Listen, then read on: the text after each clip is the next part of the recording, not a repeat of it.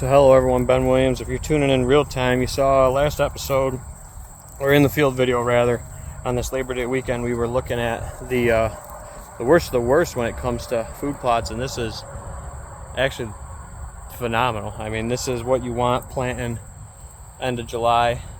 This is big and beastie, and the other plot was also big and beastie, so nothing against the type of seed or anything like that, but what we had here was a lot more soil prep went into this plot, and this one was actually just overgrown field. This one was never pushed off like some of the other fields on this property. So word of caution to folks when you're clearing out food plots, unless you're using a dozer with a root rake or some kind of way to keep a lot of that residual soil there when you're pushing out a lot of these plots, sometimes it's better just to cut the stumps and let them go. But look at the absolute tonnage out here in this plot. Better soil health and better conditions on this plot.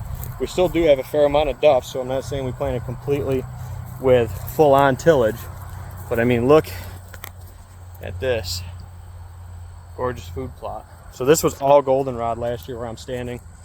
This side's been traditionally a food plot, but it was always just old field. This was never pushed out or anything like that. This is one of the first places I actually brush hogged for this client on this property, but nice spacing. Might actually be just a little too thick for good bulb growth out here, but I mean, look at what we got going, guys. This is absolutely gorgeous. Took down a few ash trees in this plot and other plots this year, but I mean, look at the tonnage. The deer are in here browsing like crazy in this plot too, but this is what it could look like, guys. Better soil conditions. We did not amend any of these plots either, so this is the best soil that's on the property. Is this plot. It was also the one that wasn't bulldozed out for a field, you know, historical use. But I also want to talk, you see around these areas, these drip lines of these trees, it's amazing how much they suck up. And just how sickly the brassicas are that are in there. And even getting out here where the roots spread out from these ash trees and stuff like that. There was an ash tree right here that we pulled out. It's probably right about in there, actually. But yeah, just a good looking brassica plot, guys. Phenomenal. I would say we would top dress this, but I don't think we need to. I think we're in good shape. Let's pull up a test species. So there's your tillage radish. You see that white tuber, good leafy growth. I mean, phenomenal. And then you got, you get over here, get one of the brassicas that I know is a brassica.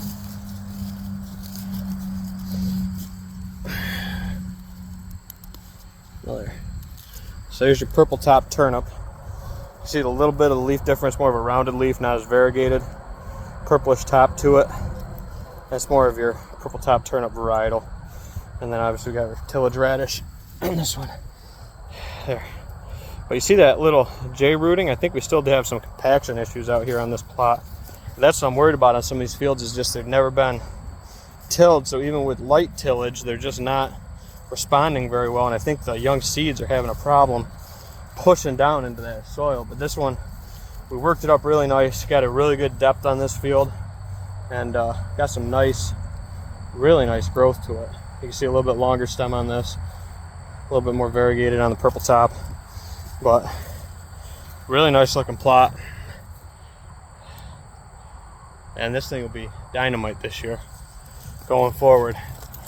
Backside entrance into the tower off the access trail from behind over, coming in this way to get into it, to hunt it. And yeah, so that's what we got, guys, for this plot. I would say no need to top dress that thing is looking rocking, but give it another month and I guarantee you those other fields are going to be looking a lot nicer too. So I was saying that the other two fields, they're somewhere in between these two. Obviously not quite this growth and tonnage. Those also had some grass issues where I had to spray them out. This one had the most tillage manipulation to it. So that's why this one has no weed competition. And then this was the first hit because it's the first one going east to west from the camp access, or whatever you want to call it, coming down the way. So this is the first field that got sprayed, first field that got tilled, everything like that. And unfortunately, tractor broke, had some other issues, and I'm still waiting to have a welder come and fix my 3-point hitch assembly on the tractor. So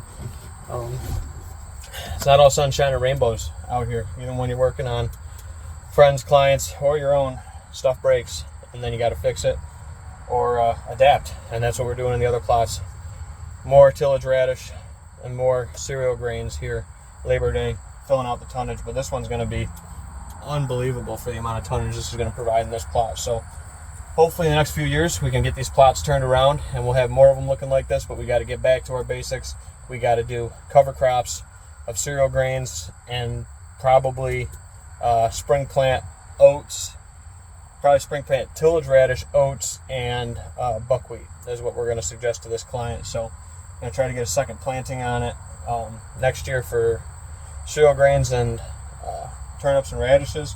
This one's looking good. This one will be good going forward. A lot of tillage radish out there, aerating the soil, and getting rid of some of these compaction issues in these fields where they've stripped the topsoil and been just historically used and abused and just baking out, really, and not just sitting so long without cover on them. So naked soil, and now we're having to fight that. So there's your second plot update from Ben Williams Whitetail Properties, Old Tin Cup, and 100-proof whitetails. Hope you guys enjoyed this video, and I'll catch you guys all next time here in the field. And if you have any issues with your plots, let me know in the comments below, and we'll see if we can figure them out for you. So thank you all for tuning in. Catch you all next time in the field. Take care.